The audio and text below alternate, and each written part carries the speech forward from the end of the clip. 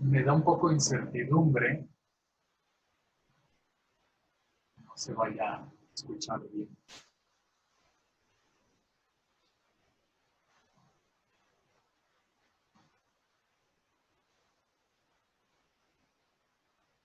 Voy a decir cambio.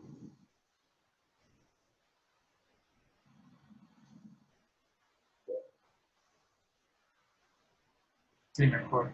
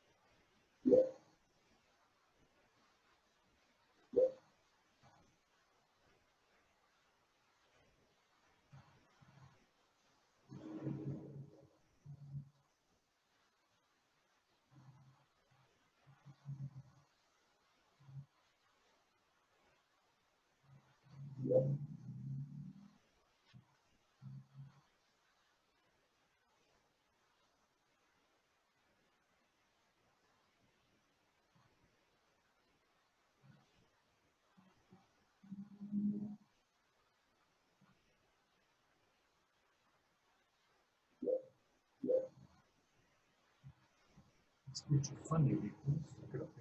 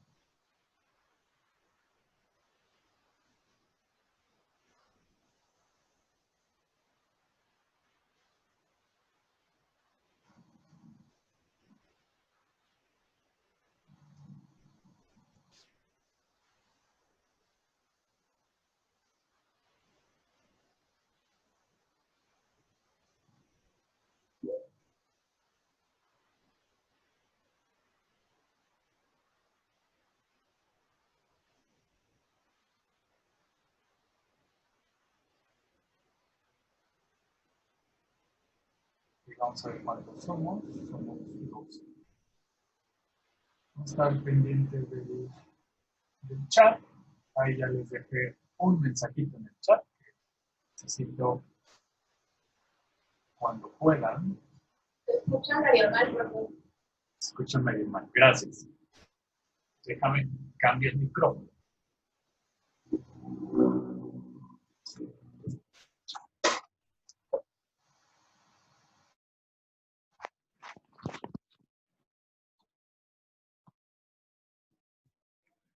A ver, ¿ya? Ah, perfecto. Venga, gracias, Víctor.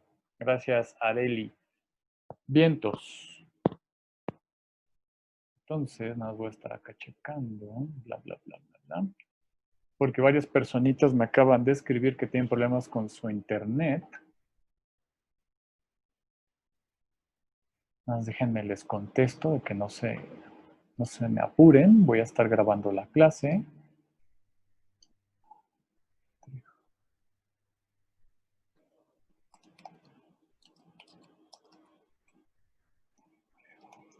Pues lo entiendo perfectamente.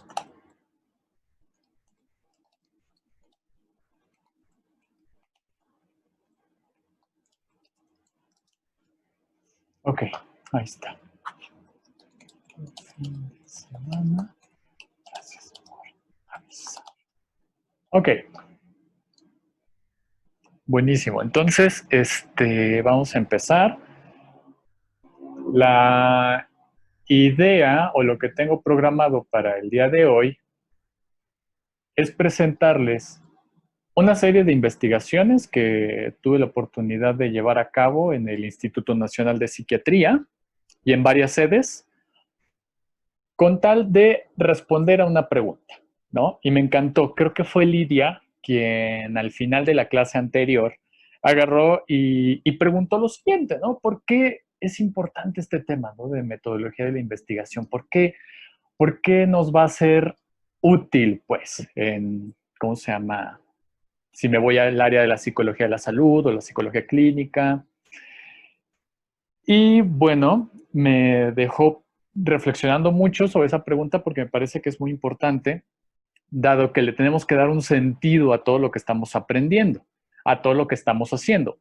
Entonces, en ese tenor, tratando de responder un poco, quiero compartirles precisamente lo que yo he podido hacer en diversas áreas de aplicación, como por ejemplo, estando haciendo estancia de investigación en el Instituto Nacional de Psiquiatría, ¿no?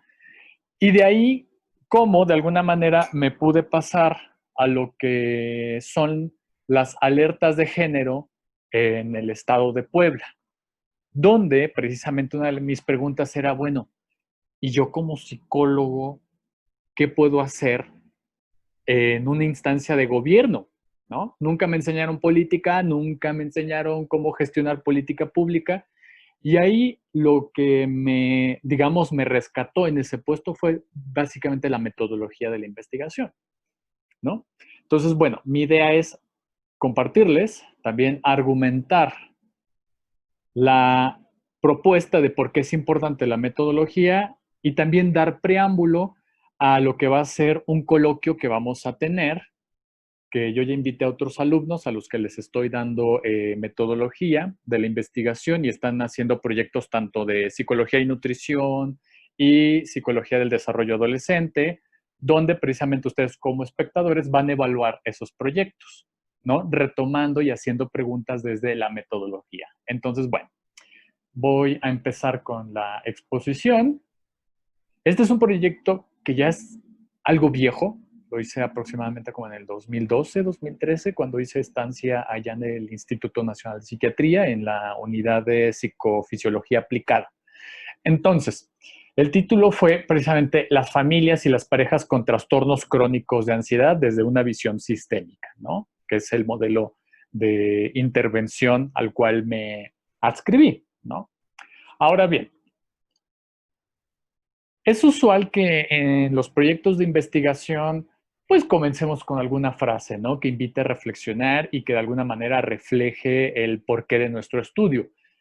Y en ese momento, a mí me encantaba leer a una autora, lástima, falleció en los 80, se llama Mara Selvini Palazzoli, donde en un texto escrito por su hijo, Matteo Selvini, en 1990, él escribe y da pie a que se conozcan las investigaciones de su mamá. Entonces, la verdad, al momento de estar leyendo al hijo, extraño mucho a la mamá. Y digo, también es un peso muy fuerte de los hijos el tratar de ser como los padres, ¿no? En este caso, pobrecito Mateo.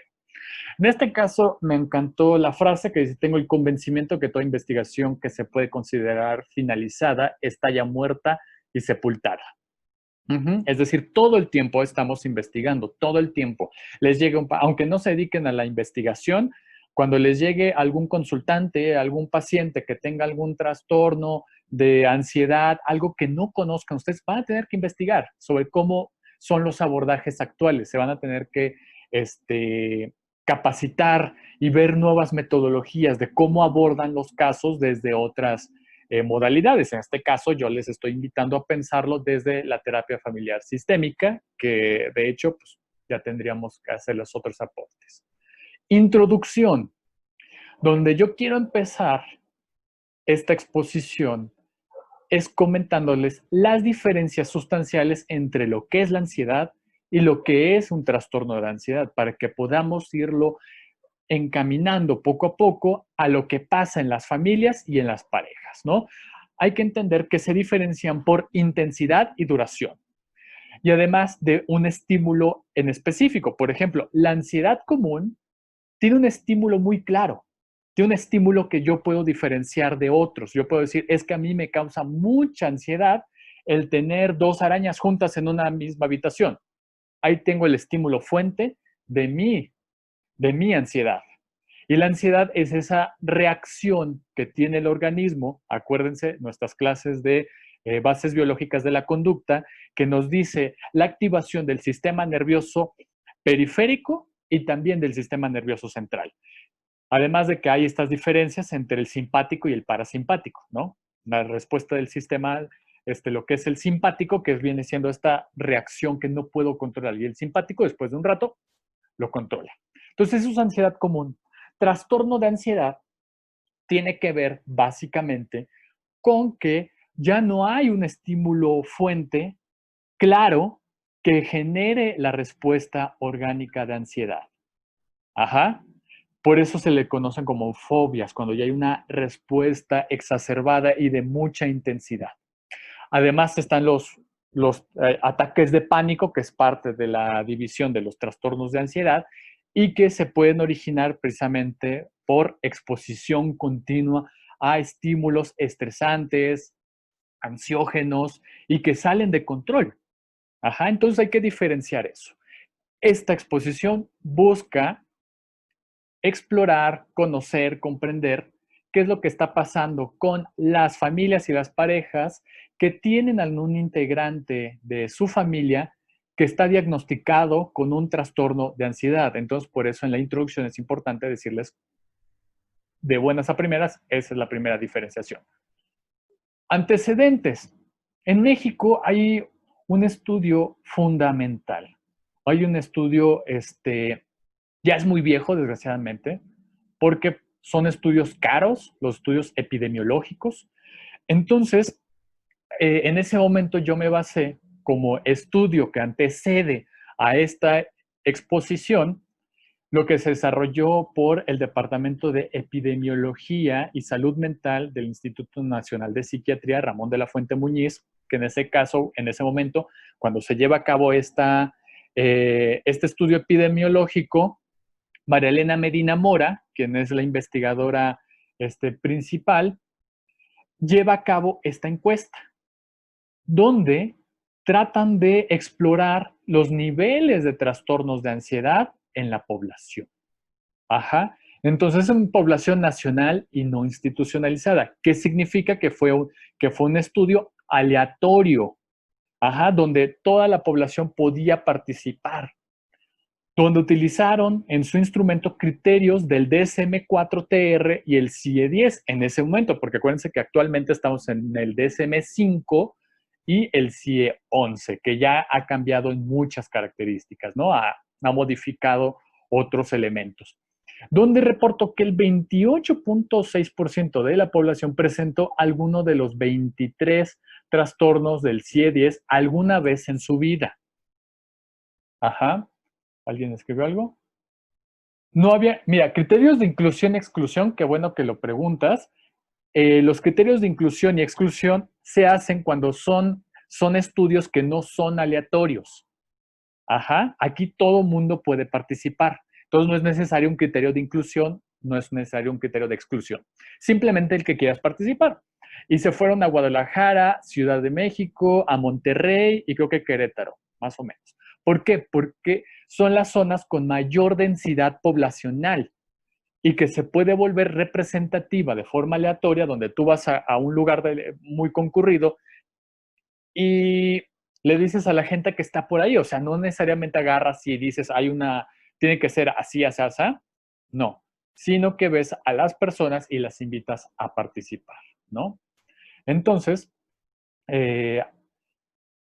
la población presentó, así es, fue al azar, presentó algunos de los 23 trastornos del CIE-10 alguna vez en su vida y el 13.9% reportó en los últimos 12 meses y el 5.8 en los últimos 30 días. Esto es importante porque en epidemiología psiquiátrica, a diferencia de lo que es la epidemiología de salud física, tiene elementos diferentes o criterios diferentes a evaluar.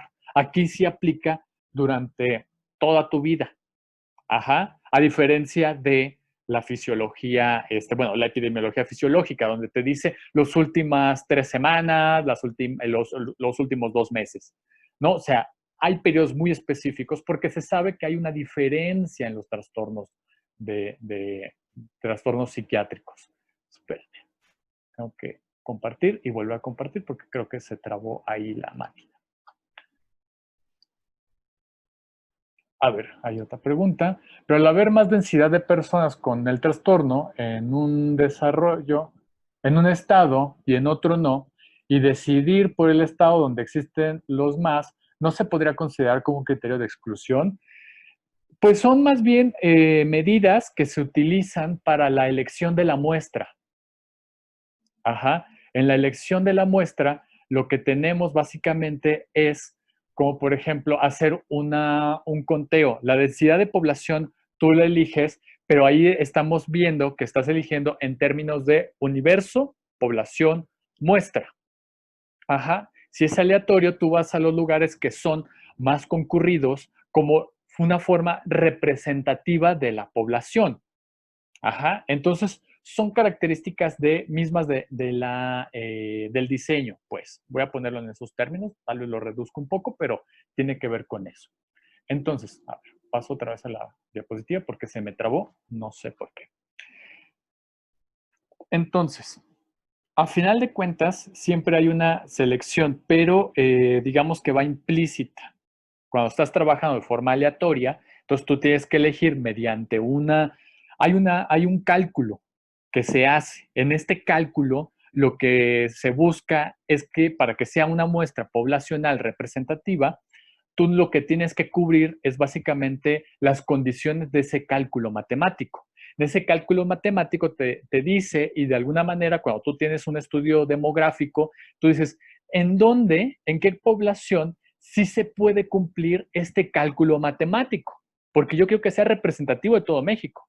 Por eso es carísimo, fue carísimo este estudio y no se ha vuelto a repetir, o al menos hasta donde yo sé, no se ha vuelto a hacer. Entonces, vemos que tenemos esta situación. Por tipo de trastorno, el más frecuente reportado fueron los de ansiedad, con 14.3% alguna vez en la vida. Porque, entonces, aquí está, los estudios que anteceden a lo que yo estoy proponiendo es este.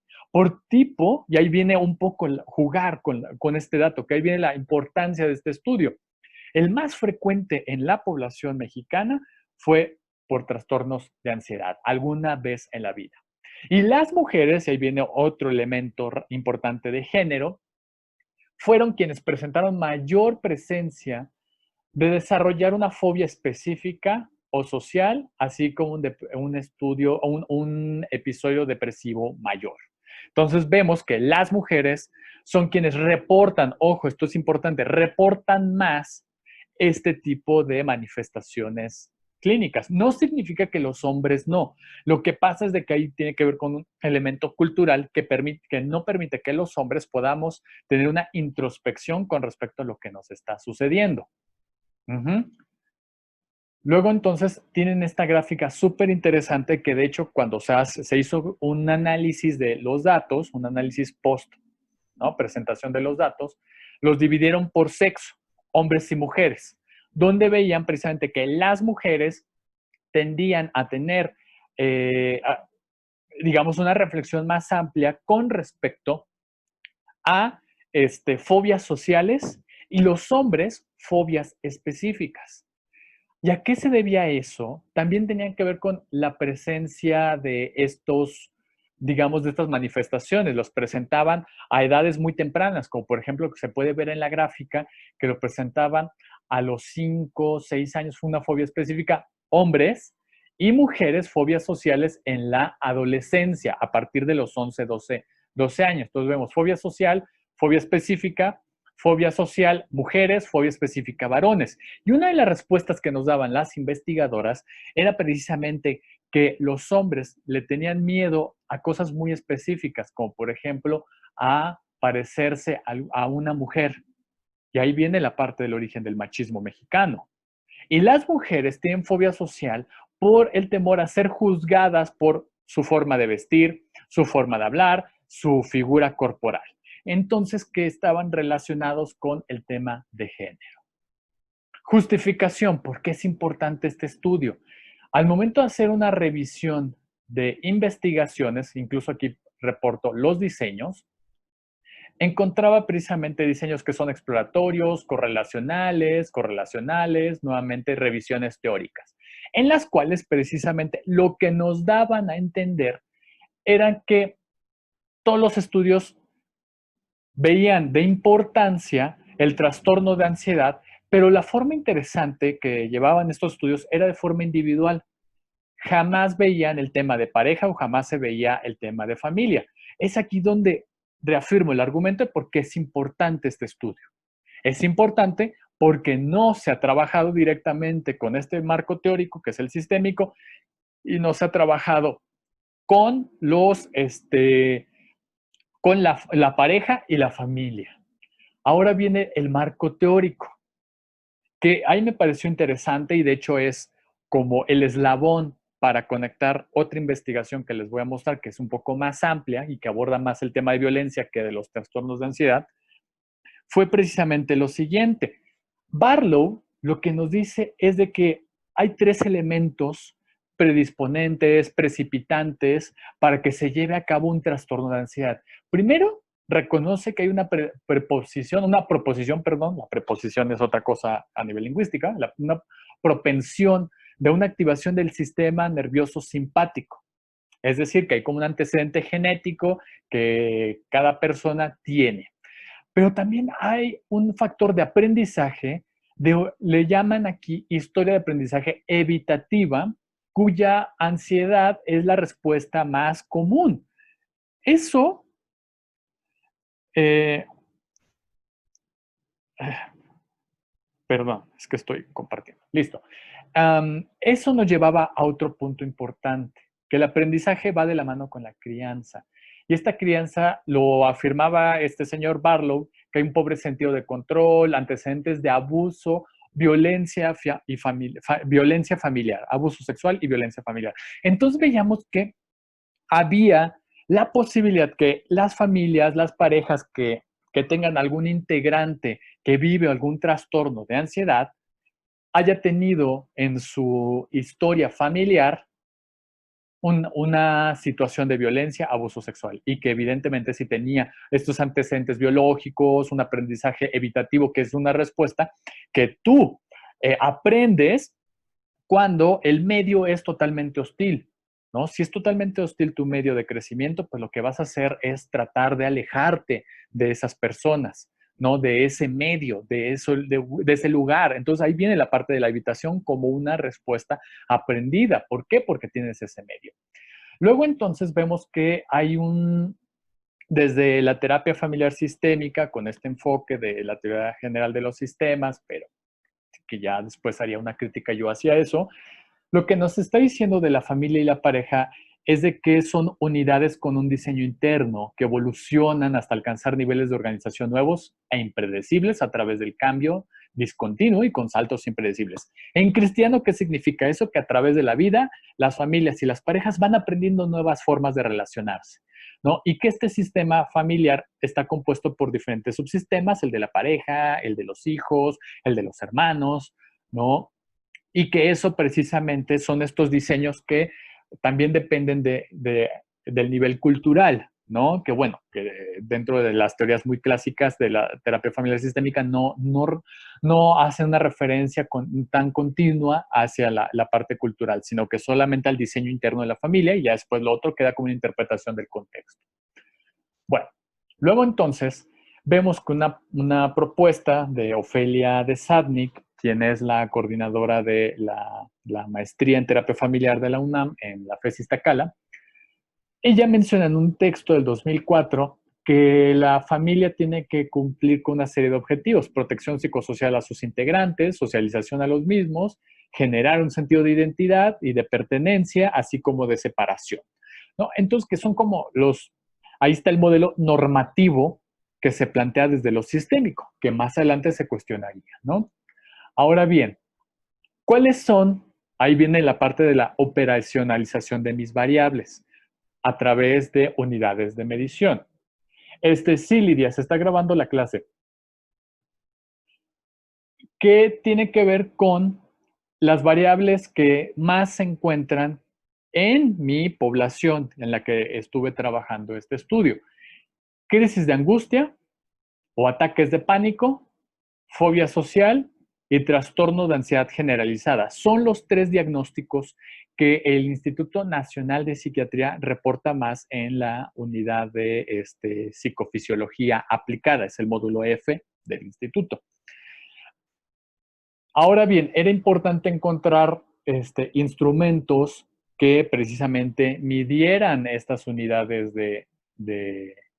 bueno, estas variables que yo estoy trabajando. Ojo, no son variables dependientes e independientes, son solamente variables. Son las variables que estoy observando y aquí es cómo se definen. Como una crisis de angustia o ataques de pánico, palpitaciones, la percepción que tiene el individuo de palpitaciones, sacudidas del corazón, sudoración, temblores, sensación de ahogo, opresión o malestar torácico. Fobia social, temor persistente por una o más situaciones sociales, como por ejemplo reuniones, reuniones familiares, festividades, exámenes, participación en clase. Y trastorno de ansiedad generalizada, que son como las manifestaciones anteriores, pero de una forma, digamos, que no tienes tan claro cuándo aparecen estas sensaciones. O sea, está generalizado, aparece en casi todo momento. Las palpitaciones, sacudidas, inquietudes, dificultad para concentrarse, irritabilidad y tensión muscular. Lo que se ha investigado con respecto a este tema, y sobre todo en terapia sistémica, tiene que ver con la conexión de diversos estresores verticales y horizontales. Por ejemplo, en horizontales podemos ver crisis del desarrollo, transiciones del ciclo vital, impredecibles, también con muertes inesperadas, enfermedades crónicas o accidentes, y las verticales que tienen que ver causadas por una situación individual, es decir, una experiencia que yo reconozco particular mía, como mi temor a las arañas, ¿no?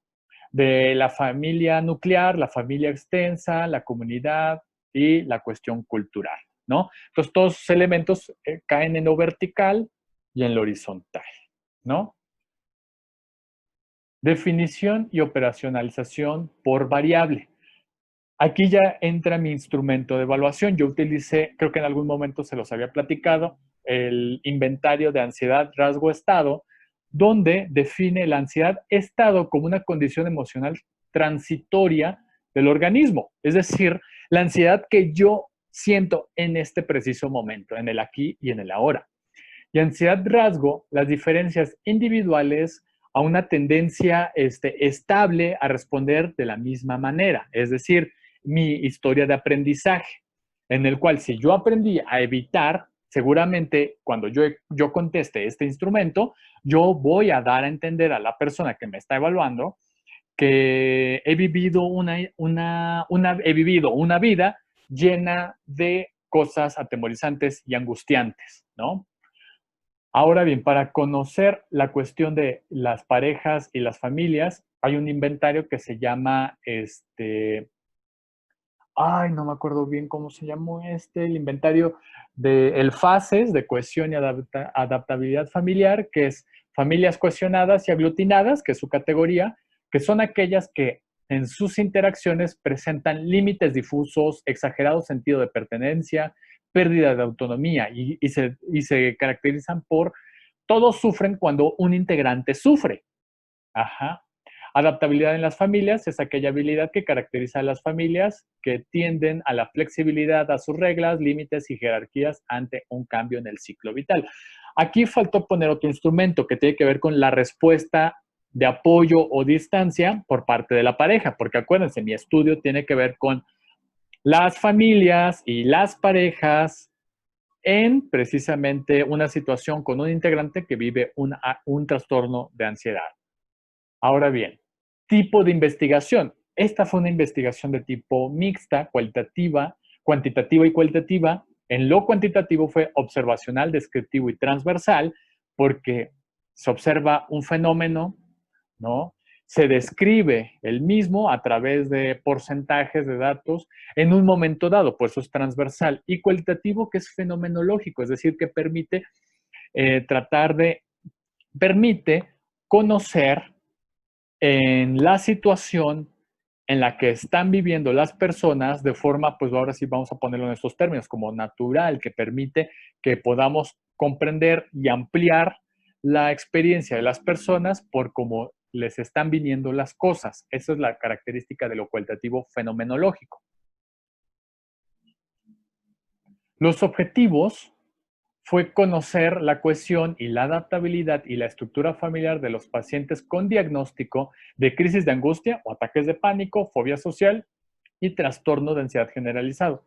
Todos que asisten a consulta externa del módulo de psicofisiología aplicada del Instituto Nacional de Psiquiatría Ramón de la Fuente Muñiz.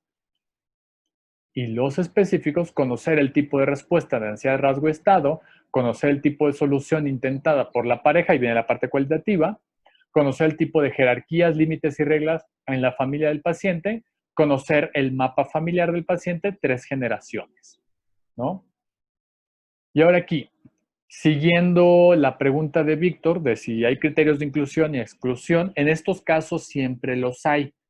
Como por ejemplo cuando trabajamos con poblaciones clínicas, a diferencia del estudio epidemiológico, que era una población abierta, no institucionalizada, marca diferencias en la cuestión de inclusión. En este caso, eran 36 pacientes, y aquí viene la parte de inclusión, todos canalizados al módulo de psicofisiología aplicada del Instituto Nacional de Psiquiatría. O sea, no puede ser un paciente que venga del IMSS, por ejemplo, no puede ser un paciente que venga del ISSSTE, todos tienen que ser del instituto de primera referencia y que fue precisamente canalizado, ya sea del módulo se le llama atención psiquiátrica continua, al módulo, solamente con esa población.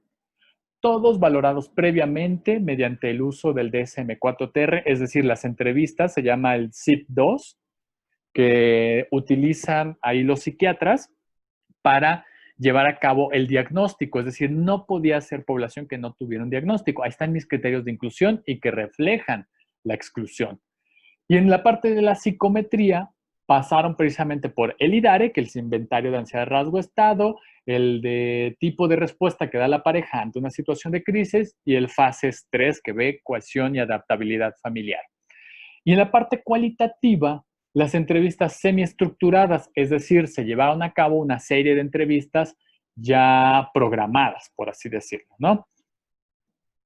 Se utilizaron el motivo de consulta, conocer cuál era, la solución intentada, la respuesta que dio la pareja, la respuesta que dio la familia y el uso de genogramas, es decir, las 3 generaciones. Vámonos a resultados. Siempre es importante tener en cuenta los resultados a nivel de lo socioeconómico. En lo socioeconómico podemos ver lo siguiente, ¿no? Como por ejemplo, vemos que el casi 60% fueron mujeres y el 40% fueron varones. Ajá. Casi siempre nos va a pasar eso en salud mental, ¿no? Hay una población muy segmentada por género. Miembros que integran o integrantes de la familia, más de 5 integrantes, que fue el 36%. Posición como hijo en su familia de origen. El casi 30% era el primer hijo. Es decir, vienen de familias grandes donde fueron el primer hijo o la primera hija de esa familia. Número de integrantes de la familia que trabajan, una sola persona, es decir, una familia grande donde era el hijo mayor y donde solamente una persona es la que trabaja y principalmente era el paciente que estábamos entrevistando, ¿no? Ingresos mensuales menos de 2 salarios mínimos, es decir, menos de 3,155 pesos. O sea, pueden ver la magnitud del problema social. Son mujeres, ¿no? Jefas de familia, de familias largas, grandes, donde tuvieron una crianza por ser las primeras hijas, las primogénitas de estas familias, donde en la familia actual solamente una persona trabaja y son ellas y ganan menos de 3,000 pesos. O sea, ¿podemos comprender el contexto de lo que decía Barlow? Sí, ¿no? Esa es la magnitud del problema. Ahora en la parte de la psicometría. Aquí hay una cuestión interesante, que el 100% presentaba una ansiedad severa en su estado anímico en ese momento. Es decir, en ese preciso momento sentían muchísima ansiedad. Ajá. Eso es importante porque nos va a llevar a analizar cuidadosamente los datos, a entender que en ese momento la misma ansiedad tenía una implicación en cómo las personas respondían a la misma evaluación, sentían muchísima ansiedad. Y en la ansiedad rasgo, alrededor de toda su vida, el 95% respondió sí. Yo considero que toda mi vida he vivido con ansiedad. En el fase 3, el tipo de cohesión semi-relacionada. Eso significa que, y acá marca 11%, el otro 90% se disparó en diversas manifestaciones, ¿no?, de la cohesión y de la adaptabilidad, donde muestran precisamente que el 11% reconocía ser semi-relacionada. Es decir, sí hay una respuesta de apoyo por parte de la familia, pero el problema está de que la familia mostraba un desinterés, es decir, como que apoyaba así como, sí, sí, mijita, qué bueno, qué padre que estás viviendo eso. Me encantaría ayudarte, pero no tengo tiempo. Ajá. Y cuando es flexible, tenía que ver con esta situación de que, ay, sí, pues haz lo que tú quieras. Sí, sí, sí. O sea, que no había una estructura clara de las reglas de qué es lo que se podía hacer, qué es lo que no se puede hacer. Entonces, eso era totalmente problemático y las dañaba a las pacientes, ¿no? Porque precisamente no sabían con quién acudir. Tipo de respuesta que dio la pareja ante la crisis. La respuesta de indiferencia, es decir, era una respuesta mínima. ¿Qué significa eso dentro de la consulta? Que si tenían una impresión mínima de indiferencia, es decir, que estaba sobreinvolucrada la pareja. Ajá. Donde sentían una voz expresión moderada, es decir, sentían que esta sobreinvolucración hacía que su pareja quisiera tomar el control de su tratamiento, de estar continuamente sabiendo qué es lo que está pasando, dime por qué, qué te dijo el médico, qué te dijo el psicólogo, qué pasó, qué es lo que hiciste, bla, bla, bla. Entonces, precisamente ahí se veía la parte que se podría convertir en algo problemático, la parte de la indiferencia con la voz expresión. Es decir, no se sentían tan a gusto hablando acerca de la situación, lo que las llevaba a sentir una mínima lealtad a su pareja, a su cónyuge. Y de hecho, durante todo el proceso de la investigación, hubieron por lo menos 2 o 3 divorcios, ¿no? Porque sentían que estaban sobreinvolucrados, no les dejaban participar activamente en su tratamiento y la lealtad la sentían como mínima, porque sabían que probablemente les podía meter el cuerno en cualquier momento. Ajá. Entonces, ese era uno de los problemas que presentían, ¿no? A ver, dice Víctor, parecería que no sentían un compromiso estable con la pareja. Sí, o sea, que no sentían que su pareja tenía un compromiso, pero es decir, una cosa es el paciente identificado o la paciente identificada no sentía ese compromiso como, pues vamos a decir, en términos de lealtad. Ajá, en términos de lealtad no lo percibía esta persona. Entonces, creo que ahí sería la diferencia, ¿no? Ahora, resultados de la entrevista, el motivo de consulta. Muchas eran por precisamente sensaciones que provocaban miedo, miedo a morir por infarto o por diagnóstico de cáncer, porque había una experiencia, sobre todo de un hombre, que mencionaba que en fechas recientes la mamá había fallecido de cáncer, entonces tenía mucho miedo de vivir cáncer, de vivir un diagnóstico de cáncer, y esa era su fobia específica, ¿no? pérdida del empleo, cambio de domicilio, el casamiento de las hijas, porque ahorita les voy a explicar un caso donde se casa una de las hijas e inmediatamente la otra hija quería casarse y que la tradición familiar era que la mamá se encargara de gestionar la boda. Entonces fue una chinga para ella y en la boda de la segunda hija es cuando le da un ataque de pánico. Violencia en el matrimonio, en la pareja, abuso sexual infantil.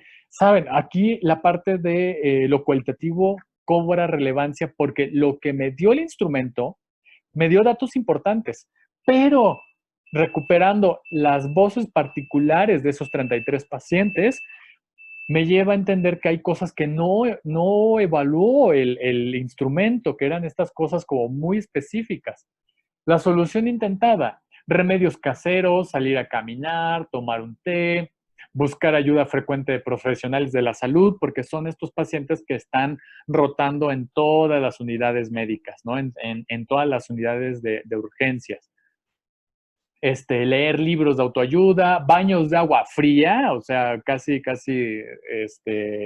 como retomando lo que hacían en la Castañeda, búsqueda de grupos de apoyo como AA, asistir a clases de yoga, tai chi. Entonces, todas estas soluciones son válidas, pero siempre tienen que estar acompañadas de un servicio clínico adecuado, ¿no? La respuesta de la pareja fue la comunicación indirecta en algunos casos, es decir, que no les quedaba muy bien claro la parte de la lealtad. Creo que ahí hay una referencia como súper interesante con respecto a lo que da el instrumento. Entonces, eso es importante porque nos da a entender que hay una relación entre la experiencia vivida y lo reportado en el instrumento. Comunicación directa. El primero en enterarse fue el esposo o la esposa. Ajá, ahí viene la parte de que había una comunicación muy estrecha, pero no había tanto apoyo. También porque hay que entender que hay personas que no saben qué hacer, se frustran, también la pareja se cansa. Entonces, si se dan cuenta, la primera impresión podría ser, híjole, seguramente ahí hay violencia porque el instrumento me marcó, pero cuando ves la entrevista, en la entrevista ya te dan otros datos, ya te empiezan a decir, no, la verdad es de que creo que no sabía qué hacer y por eso yo presiento que no me puede ayudar y yo necesito a alguien que me ayude y yo creo que me estoy volviendo muy demandante y no me deja tanto porque lo único que comprende esta persona es que la solución efectiva es controlar la situación y yo quedarme fuera incluso de mi propio tratamiento, que eso es la parte grave, ¿no? Expresión mutua de los temores en algunos casos, ¿no? Y la respuesta de la familia, diferencia de creencias con la familia de origen, porque la familia de origen, como eran generaciones ya muy grandes, estoy hablando de que el promedio de edad, por eso es un dato socioeconómico también importante, era aproximadamente entre 40 y 50 años, imagínense, ¿no?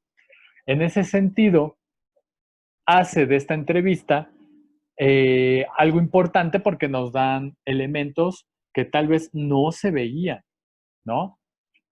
Descripción de la familia de origen desunida, machista, entrometida, familia rota, con poca expresión de afecto, manipulación por parte de alguno de los integrantes del equipo, de la familia, perdón. Luego entonces, ya para describir más propiamente la fase más cualitativa, tenía que ver con esto que nos comparte León Tolstoy, de Ana Karenina, que lo retomo del libro de, ay, ¿cómo se llama este?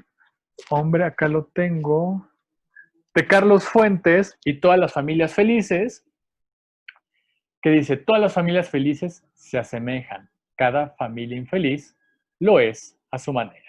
¿Se acuerdan que uno de los instrumentos a evaluar eran los familiogramas de 3 generaciones? Pues acá están graficados 3 generaciones. 1, 2 y 3. 1, 2 y 3. Sin embargo, no me va a alcanzar el tiempo para explicarles todos. En el genograma voy a explicar solamente del caso de una señora, que es bastante interesante. Es la señora que les decía que desarrolló su ataque de pánico al momento de planear la boda de sus hijas, sobre todo de la segunda, porque la tradición familiar era que las mujeres, las mamás de las novias, se encargaran de toda la boda. sea, fue una chinga. Yo creo que uno entiende después de esto, estos programas de novia neurótica, porque por lo que ella expresa, fue súper cansado. La primera boda y luego casi al año se quiere casar la segunda hija. Entonces, bueno, vamos a ver la historia de esta mujer. Ella nace de una familia en la cual ella refiere que tenía mucha cercanía con la abuela y mucha cercanía con el papá, no así con la mamá. De hecho, había una relación muy distante y conflictiva con el papá. El papá era precisamente el papá era precisamente militar. En ese momento viajaba muchísimo. Entonces, ¿qué es lo que hacía? Y hay una tradición ahí con los militares súper misógina, que era básicamente estar en cada encuentro embarazando a la esposa. De hecho, se puede ver, déjenme lo pongo como más en zoom,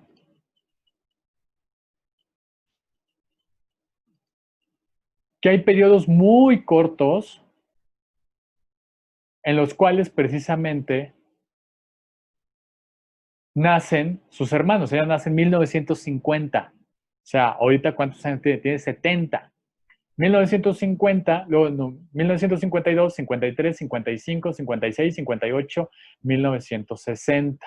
Ella decía que no se llevaba bien con la mamá, era una relación distante, porque decía, es que a mí me dejaba cuidando a mis hermanos y casi no pude disfrutar de mi mamá porque todo el tiempo estaba embarazada. Pero hay una cosa súper interesante, o sea, no se miraba la situación, no lograba mirar lo que pasaba con el papá, ¿no? Que el papá era el que iba y venía, cogía con la mamá, la dejaba embarazada y no podía dimensionar dónde estaba el papá, ¿no? ¿Cuál era su responsabilidad en esto que a ella no le parece de la relación con su mamá?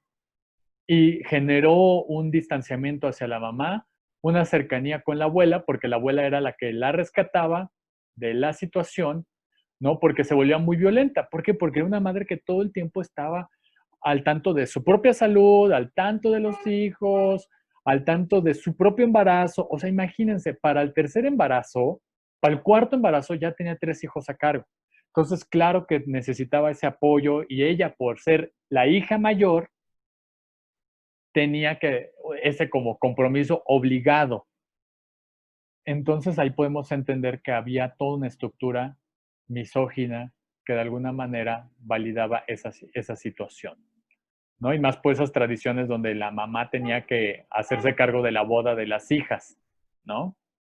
Entonces, bueno, ¿qué es lo que se analizó en la parte de estos familiogramas? Este tipo de etapas que aparecieron, ¿no? La etapa de adultos jóvenes o solteros, el impacto de la enfermedad, padres más involucrados de lo esperado. Se acuerdan que tenían una impresión sobre el sobreinvolucramiento de los familiares, pues aquí está, ¿no? La confirmación de la pareja, la enfermedad interfiere con la dedicación a la pareja porque precisamente estás tú muy al tanto de tu propia salud, de lo que te está pasando. Es algo bastante complicado. Ay, espérenme tantito, es que se me traba esto.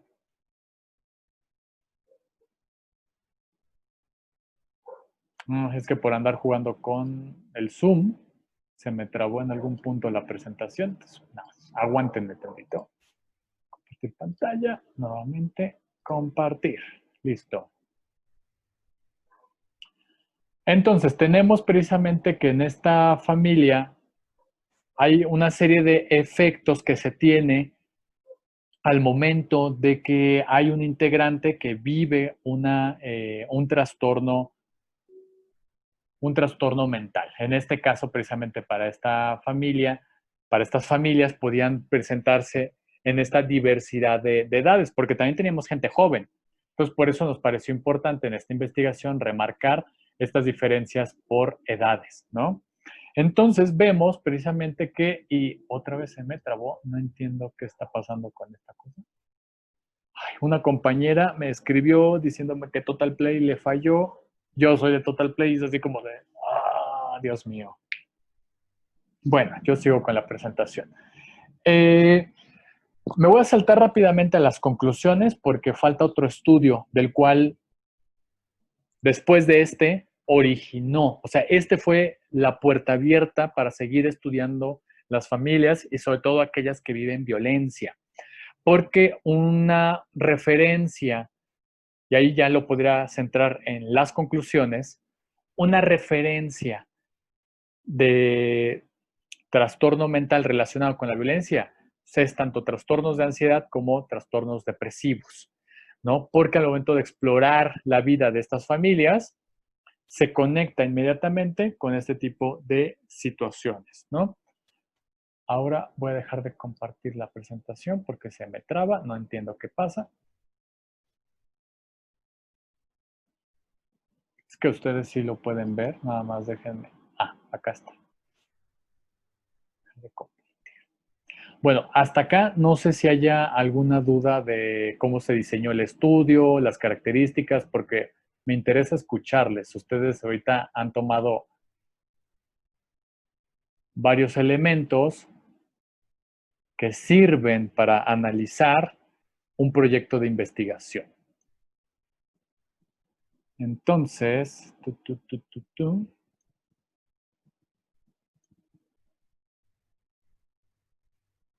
¿qué dicen? ¿Hay preguntas hasta acá?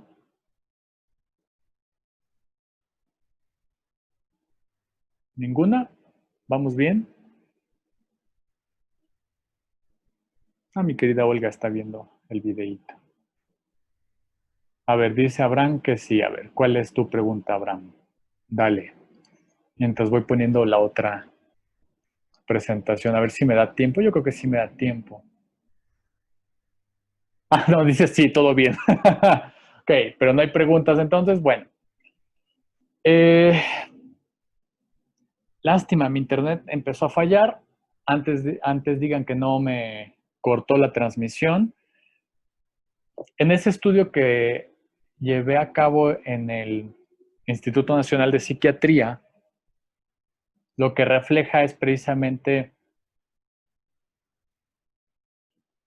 lo que refleja es básicamente un primer momento para otro estudio que fue sobre violencia. A ver, Lidia pregunta, es que en realidad no sabemos cómo lo vamos a realizar. No entendí muy bien tu pregunta, no sé si me la pudieras compartir en audio.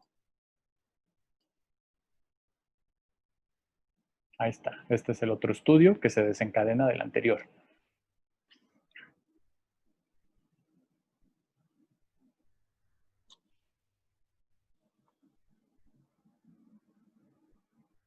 Ah, no, ustedes no van a realizar investigación. O sea, lo que va a pasar en este momento van a presenciar el coloquio de mis otros alumnos.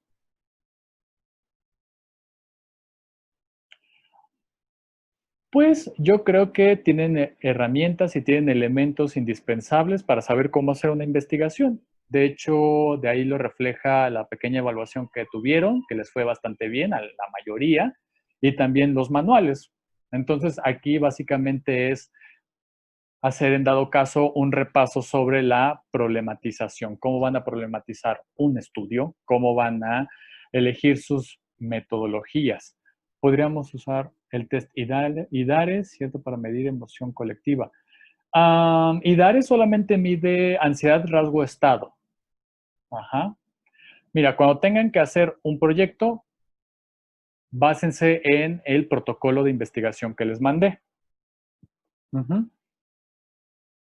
Y además es importante que tomen en cuenta los elementos que sugiere cada uno de los manuales. Yo creo que es más bien su ansiedad la que les gana y les domina como para decir, es que cómo le vamos a hacer, porque también hubo la propuesta de hacer un proyecto de investigación, pero la cambiamos precisamente por ver los elementos más como estructurales del proyecto de investigación. Bueno, yo les sigo con la presentación para que se pueda entender un poco. Como vieron, el diseño anterior partía de que en el módulo de psicofisiología aplicada se trabajaba directamente con pacientes que vivían un trastorno de ansiedad. Ajá, y ya estaban diagnosticados, ya tenían una población cautiva, se puede decir, Por lo tanto, me dice que es una población o un muestreo no aleatorio. En ese sentido, pues mi proyecto se va dirigiendo, el proyecto se va dirigiendo con las condiciones que el lugar me ofrece. Bueno, uno de los elementos que me parecieron importantes y que están relacionados con estos trastornos de ansiedad era el antecedente de violencia familiar. Entonces quise ampliar el estudio preguntándome, bueno, ¿cuáles son estas consecuencias psicológicas? Debe de haber más de una y que no solamente se puede quedar en la detección de trastornos de ansiedad, debe de haber otros. Entonces vámonos con la introducción a este estudio, que se llama Las consecuencias psicológicas de la violencia familiar en mujeres mexicanas desde un enfoque sistémico y con perspectiva de género. Tenemos por introducción entender las categorías de género, violencia de género y agresión. ¿Por qué? Porque son los pilares fundamentales para discernir qué elemento, qué cosa es qué cosa, ¿no? O sea, no todo es violencia de género, hay que entenderlo así.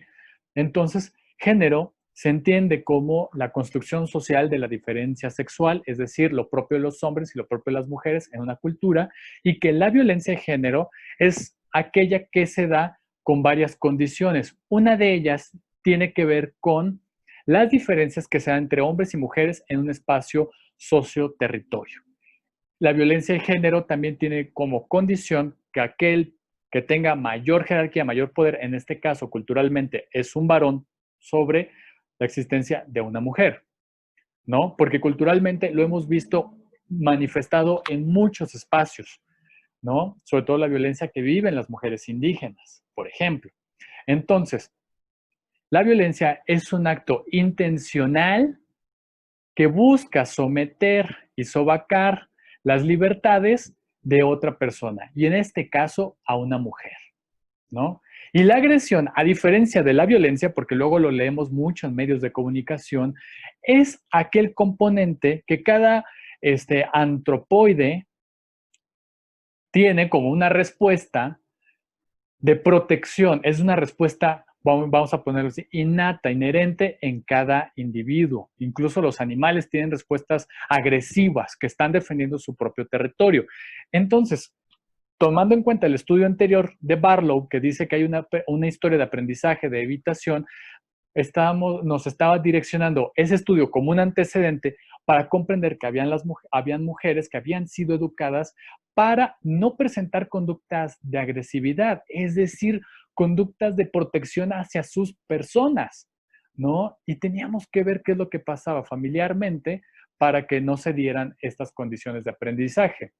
Entonces, hay que conocer que hay una diferencia categorial, sigo en la parte de la introducción, entre el sexo y el género, donde el sexo es la parte biológica, macho, hembra, fecunda, concibe, que es de alguna manera natural, es decir, bueno, no natural, sino que vamos a ponerlo en términos de que se nace, hay diferencias fisiológicas, y en esta cosa, en esta presentación que hizo Lynn Mujeres, decía que no cambiaba, pero en efecto que se puede cambiar, de ahí las experiencias y testimonios de mujeres y hombres trans, ¿no? Claro que se puede cambiar.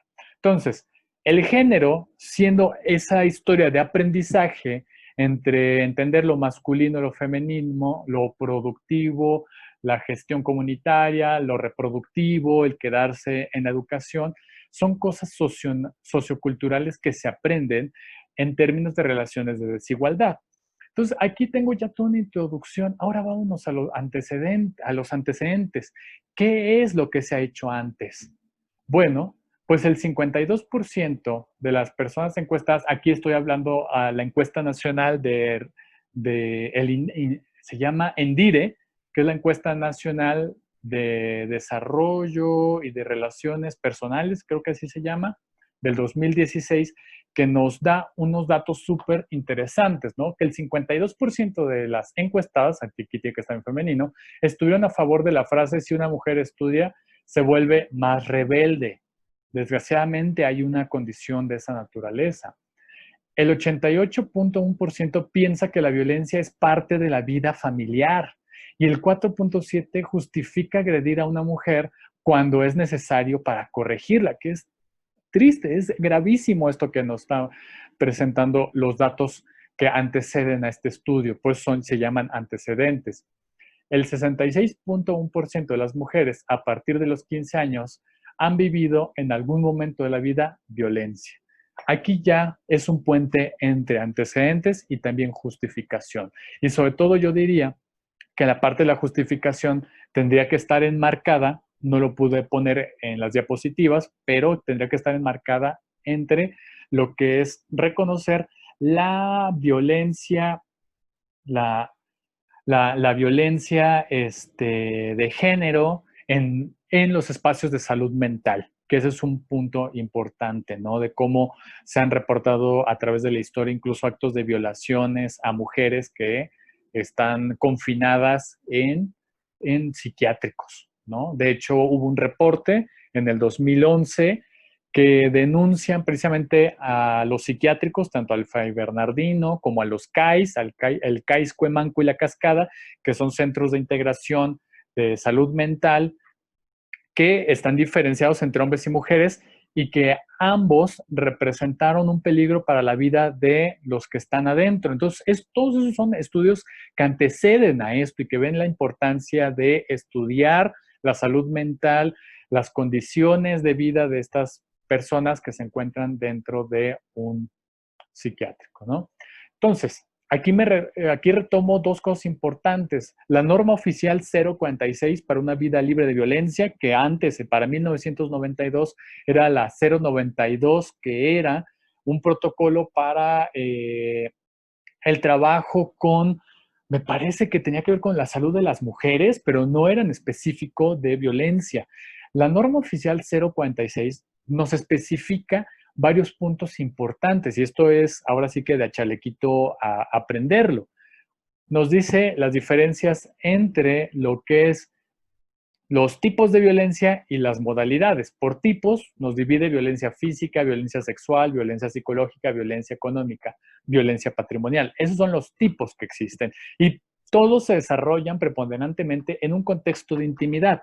Ese contexto de intimidad anteriormente ya lo habíamos podido explorar en el estudio anterior que había generado estos trastornos de ansiedad, donde habían mujeres que habían manifestado de las 36 familias encuestadas y digamos que se trabajaron con ellas, 36, de 36, por lo menos 29 habían manifestado que habían vivido en algún momento de su vida violencia. Entonces ya en este estudio ya podíamos ir centrando los tipos y modalidades. Ajá.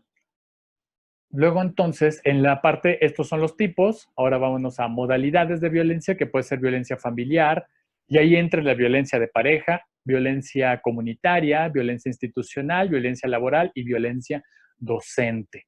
Todos estos elementos nos sirven como elementos para justificar este estudio, por todos los estudios previos que ha hecho el CONAVIM, por ejemplo, acerca de la salud de las mujeres. Incluso hubo uno bastante interesante que hizo Marilena Medina Mora sobre la condición de las mujeres que viven una adicción y la violencia que está relacionada ante esa situación. Por ejemplo, veían quiénes eran los que llegaban al módulo de adicciones de allí del Instituto Nacional de Psiquiatría y en qué condiciones llegaban. Por ejemplo, los hombres se les veía en este estudio más cualitativo, incluso muy etnográfico, observaban cómo llegaban los hombres y con quién venían acompañados. Y en el 80% de los casos observados venían acompañados de todas las mujeres de la familia. Muy diferente a las mujeres que llegaban al módulo, que principalmente llegaban solas. Ajá.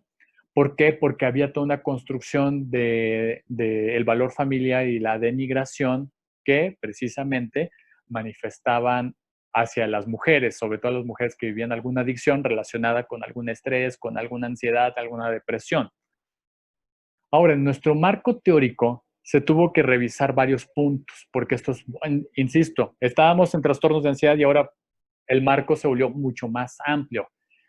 El marco teórico de los modelos que estudian la violencia de género, por ejemplo, el modelo antropológico, que podríamos reconocer el estudio que hace Gail Rubin sobre la división sexual del trabajo y motivó a las economistas feministas a estar precisamente revisando las condiciones que tienen las mujeres de ganancias por su trabajo doméstico. el doméstico y el extradoméstico. Entonces veían que había unas diferencias abismales en lo que gana una mujer que está confinada y que se dedica a las actividades de cuidado, a diferencia de los varones que tienen la posibilidad del espacio público y de trabajar. Entonces veían que ese era un factor que propiciaba también la violencia.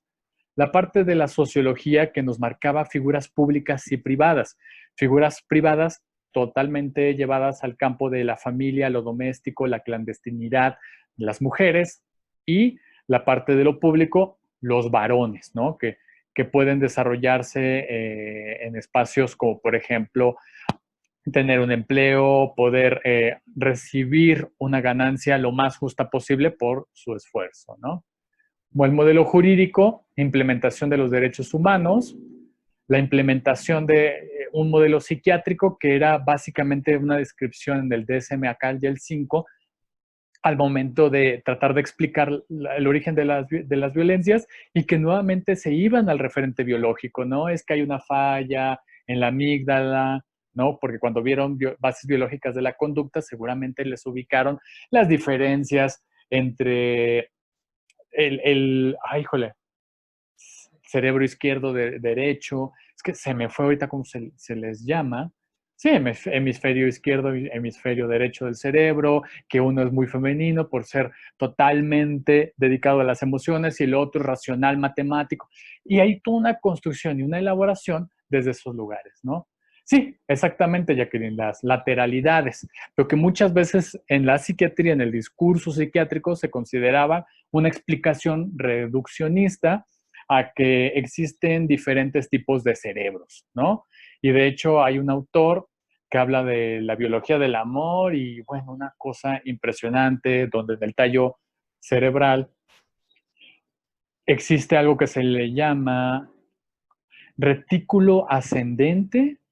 No recuerdo muy bien, no es mi área de especialización, pero que en ese retículo lo que pasaba era de que no se desarrollaba adecuadamente desde el vientre materno, y si esta mujer en el vientre materno pues recibía por parte de la mamá, porque la mamá vivía una relación de violencia, había una alteración ahí en la segregación neurológica, y que de alguna manera hacía y predisponía a la criatura que está por nacer a que buscara a través del olfato un hombre igual de agresivo que el papá, porque el papá había externado sus feromonas y la chingada y había afectado el producto por la violencia que había vivido esta mujer. Y ese tipo de explicaciones se reducían a que, bueno, ¿quién tiene el problema? ¿El hombre que genera la violencia? Ah, no, pues vámonos, más fácil, es trabajar con las mujeres. Hay que darles tratamiento hormonal para que no elijan mal a su pareja. ¿Y dónde están los varones aquí? Entonces, bueno, es el contexto que estábamos viendo desde esos marcos que utilizaba mucho la psiquiatría. En la terapia familiar, el ciclo de la violencia, la responsabilidad, el poder y la dominación, ¿no? Y eso lo voy a explicar un poco más adelante, porque ese es el marco que elegimos. Entonces, refiriéndome a la pregunta que hace Lidia de muy justa, de cómo hacemos un proyecto de investigación, lo hemos visto continuamente. Hacemos una búsqueda de la información. Primero elegimos un tema. Después de elegir el tema, vamos a ir construyendo nuestra introducción, nuestra justificación, la introducción que introduce el tema, porque es importante cuáles son los elementos, los antecedentes que se ha hecho antes, la justificación, porque es importante este estudio, el marco teórico que justifica el lugar donde yo estoy mirando esta realidad, y luego el planteamiento metodológico. Por eso es importante ver estas exposiciones, porque es así como se lleva a cabo un proyecto de investigación. Nuevamente, repito, en la parte de elección de un tema y el desarrollo de los diferentes puntos. Por eso es importante hacer revisión continua de artículos de investigación, de revistas indexadas, de preferencia. Hay otras que tal vez no tienen una indización, pero ayuda bastante, ¿no? Bueno, respondiendo a esa pregunta, nos vamos con lo siguiente, ¿no? Ahora, las características de la violencia de género en la familia. Al menos desde diversos autores ubican que hay una organización con jerarquías fijas. ¿no? Hay relaciones de dominio y subordinación y no son casuales, tampoco pueden ser explicadas con el tema de cualquiera, tanto hombres como mujeres pueden desarrollar violencia.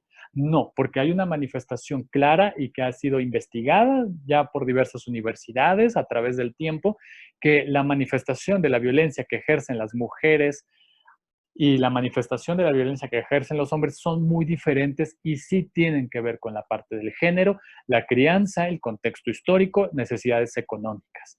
Por ejemplo, incluso en estos análisis de mujeres que han asesinado a sus parejas, son súper diferentes a cómo se lleva a cabo los hombres que ejercen esta violencia. Incluso hay una tesis doctoral, de hecho varias tesis doctorales que ha dirigido esta Feggy Ostrowski, que es una investigadora del Departamento de Psiconeurología de la UNAM, de la Facultad de Psicología, y que ella trabaja con, ¿cómo se llama? Hombres violentos, pero violentos ya totalmente en condición carcelaria. Entonces, ella hace análisis precisamente de estructuras encefálicas y ella incluso le dice a sus alumnos del doctorado, por favor, dejen muy bien en claro en su marco teórico que lo que están investigando es solamente una parte y no podemos generar una explicación absolutista de lo que ocurre a través de estudios solamente del cerebro. Y eso me parece fundamental y es genial que lo haga porque se vuelve muy responsable ella al momento de hacer este tipo de estudios. ¿Ok? Entonces, bueno, seguimos. Vemos que dentro de terapia familiar también se mezclaban varios estudios que combinaban categorías de análisis, como por ejemplo, tomar en cuenta algunos elementos que proporciona el trastorno de estrés postraumático, el ciclo de la violencia y el síndrome de Estocolmo.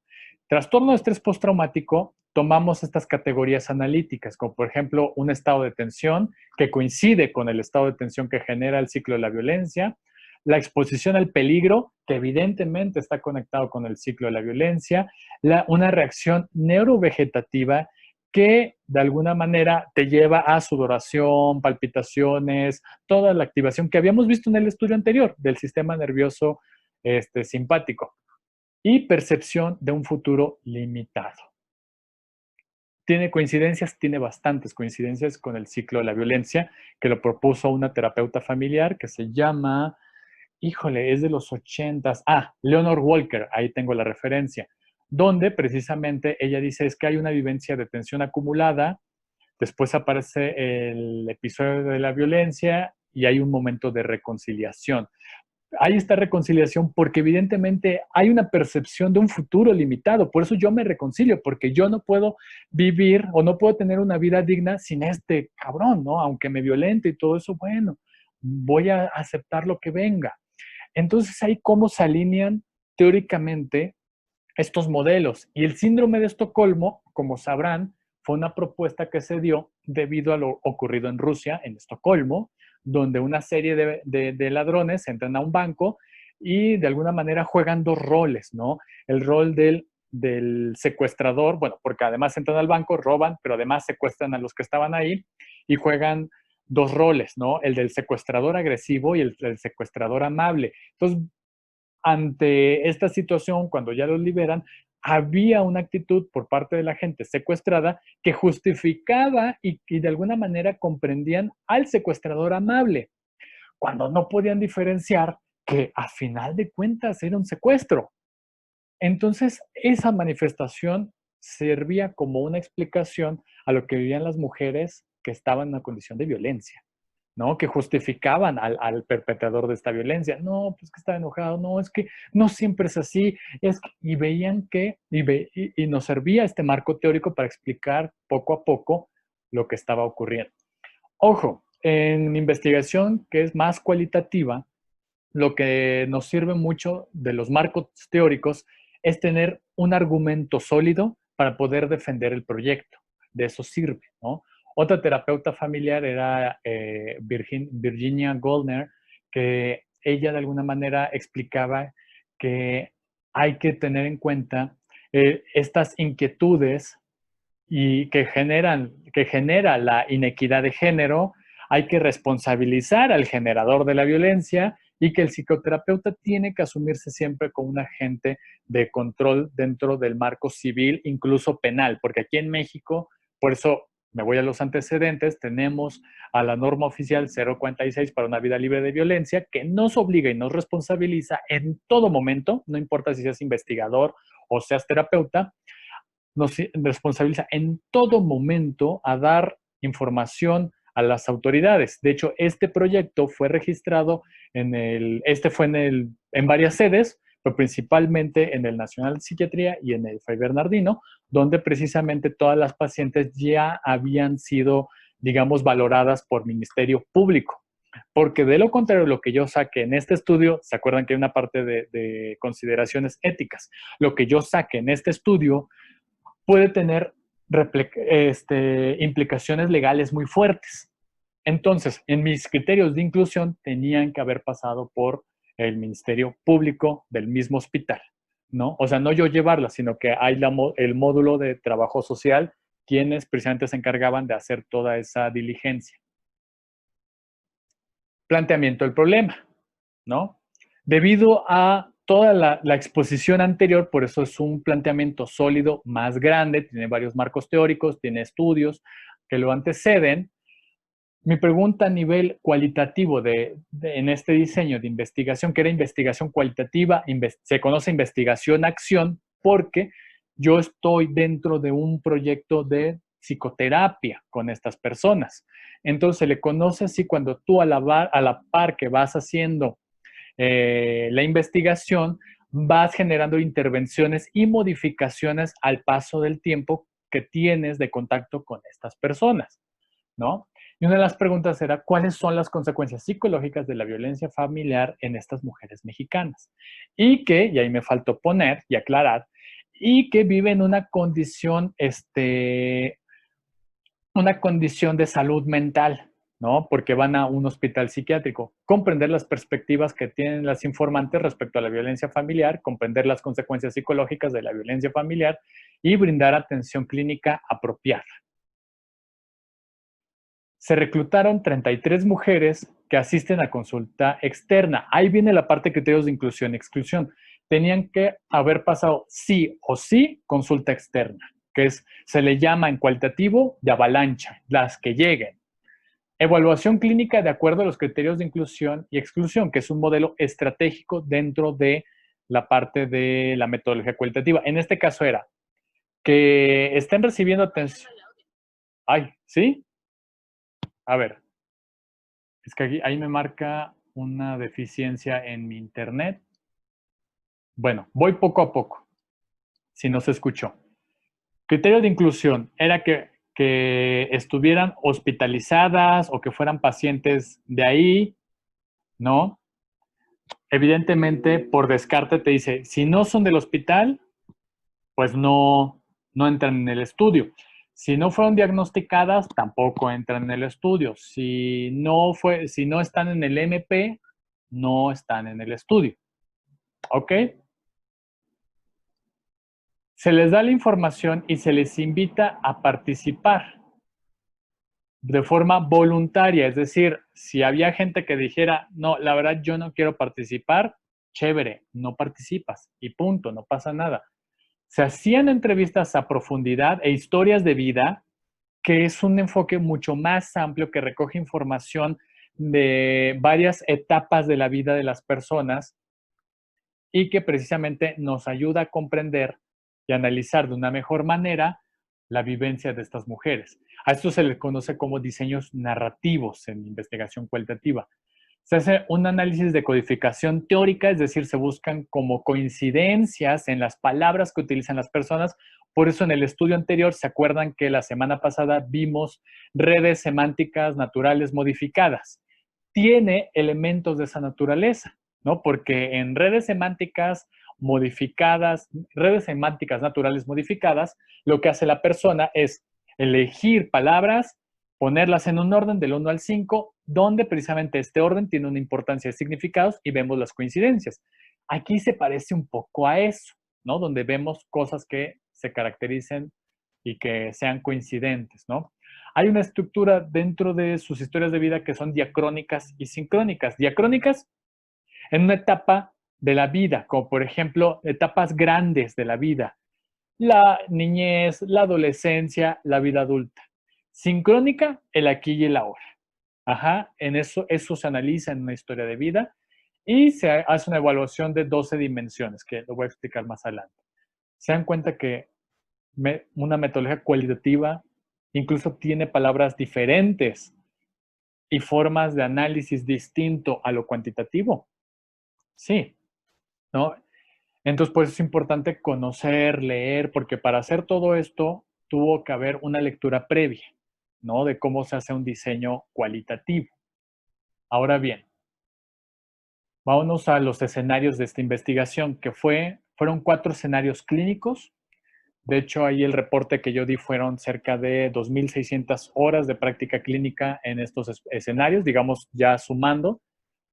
En el Instituto Nacional de Psiquiatría, Ramón de la Fuente Muñiz, ya teníamos como pacientes seleccionadas, porque en el estudio que hicimos anteriormente ya teníamos, digamos, algunas familias que habían vivido precisamente la violencia familiar.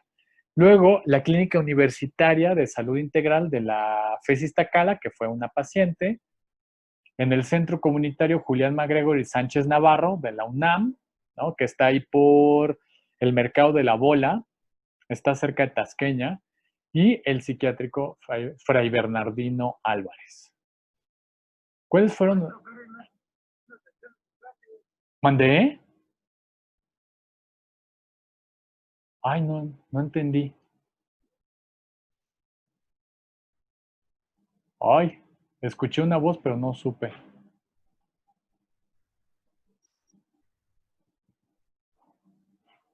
Bueno, yo les sigo. Yo creo que ya por el tiempo me quedan 8 minutos. Prefiero quedarme para los resultados, exponerlos la siguiente semana y me gustaría saber más bien como las dudas que tengan. Sí, porque no, en 8 minutos no alcanzo a exponer lo demás. A ver, me voy al chat. No sé qué dudas hayan.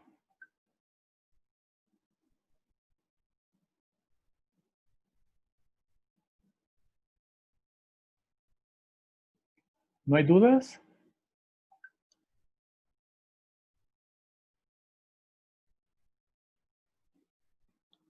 Ok, dice Abraham que no. ¿Ustedes escucharon esa voz? ¿Quién se habrá metido a la clase?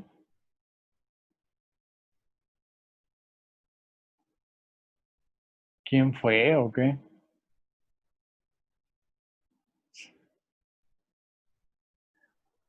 Yo entendí algo así como, profesor, nadie está prestando atención a su clase y dije, ay, qué manchado.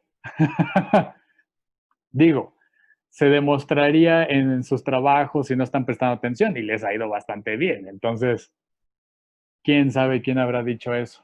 Pero bueno, siempre hay buenas opiniones. Bueno, entonces, sí, qué raro. Bueno, entonces dejo los resultados para la siguiente semana. Si no hay dudas, Lidia, me encantaría escucharte o leerte. ¿Se comprendió hasta acá lo que llevamos del proyecto de investigación, de cómo se va haciendo, todos los elementos? Tú dime, porque había una pregunta ahí como de angustia.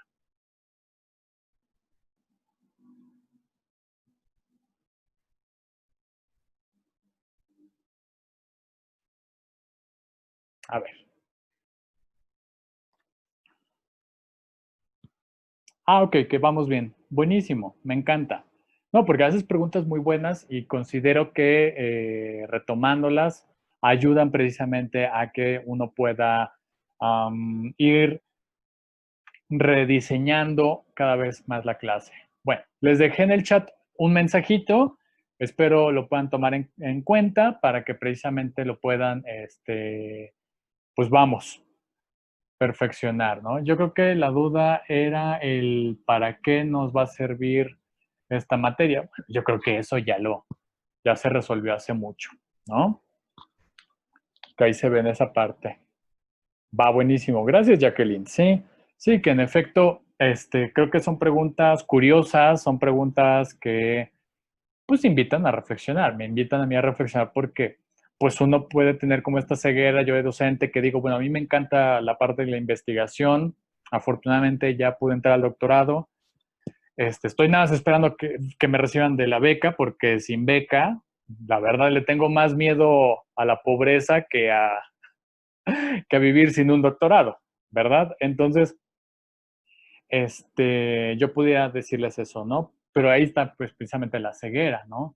No para acá, sino más bien para todos los ámbitos. Sí, yo creo que les voy a compartir más adelante cómo es de que lo pude emplear para el CONAVIM cuando trabajé en la activación de la alerta de género del Estado de Puebla, porque ahí era súper interesante, me tocaron de las 11 recomendaciones que se dieron al Estado, yo estuve revisando 4 de 11, o sea, era una locura y ahí tengo mis carpetas, de hecho, que me entregaba el Estado.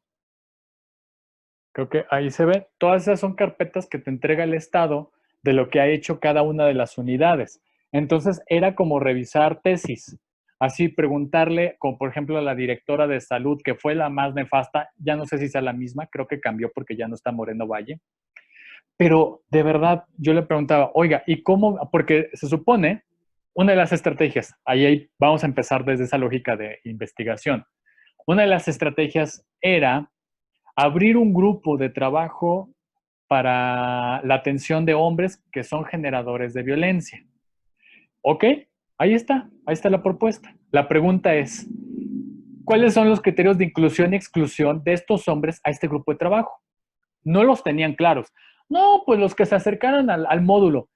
Pero ¿quién se va a acercar al módulo si tú no lo promocionas y no sabes cuál es tu perfil?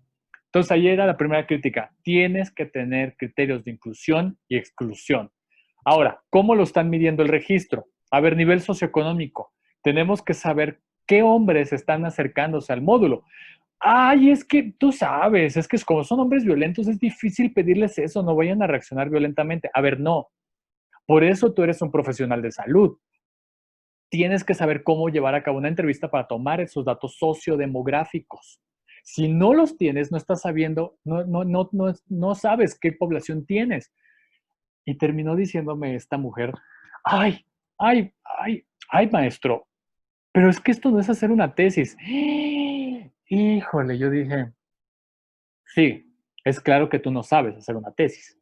O sea, y no es por mamonería, pero cuando estás revisando a alguien que es responsable de la salud de muchas personas y que no tiene una idea de metodología, estamos hablando de un tema grave, ¿no? Insisto, no sé quién esté ahora, me tocó en la época de Moreno Valle,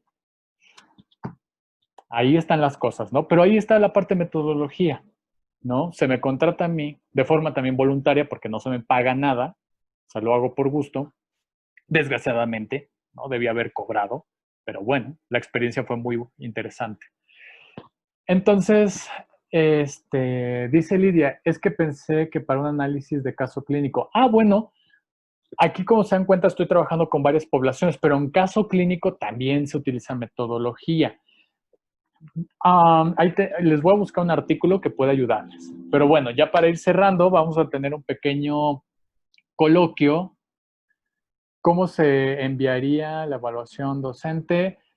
Me parece que les dieron un enlace, ¿no? La verdad yo desconozco eso porque es la parte de la organización que se tiene, pero chéquenlo, ¿no? Con la coordinadora incluso.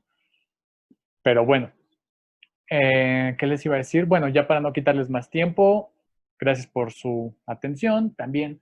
Qué bueno que hagan preguntas, esas preguntas son importantes para irlas resolviendo. Y la siguiente semana les entrego los resultados de la investigación esta. Los voy a dejar con ascuas. Bueno, pues cuídense mucho, que tengan un bonito fin de semana. Bye bye. Pues nada más. Gracias.